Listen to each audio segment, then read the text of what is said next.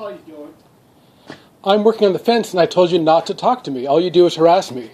You harass me whenever I'm working on anything over here. Just shut up, Scott. See, that's what I mean. Here you go. You're just useless anyway. Just shut up, okay? And here you go. John and Constantine will be back tomorrow. And here you go.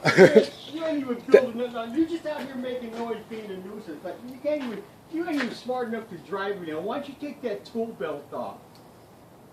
Probably don't even own a nail. That's why I asked you not to talk to me, because you start off pretending that you're nice, and you immediately start harassing.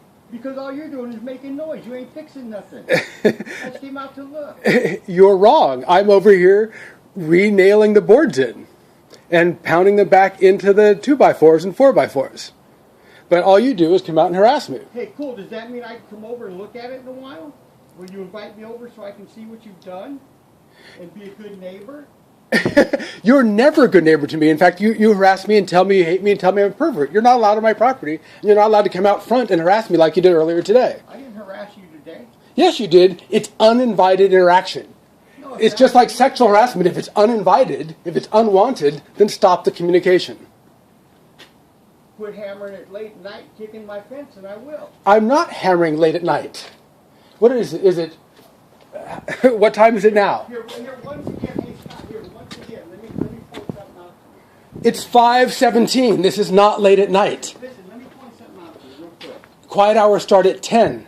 Let me point something out to you real quick. If you did not like having this engagement with me, you would either not talk to me or you would go in your house.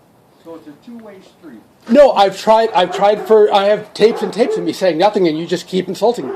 So why do you talk back to me? I usually don't, and then once in a while, like you kept asking me what I was doing and accusing me of making noise for nothing at all, and I told you not to talk to me.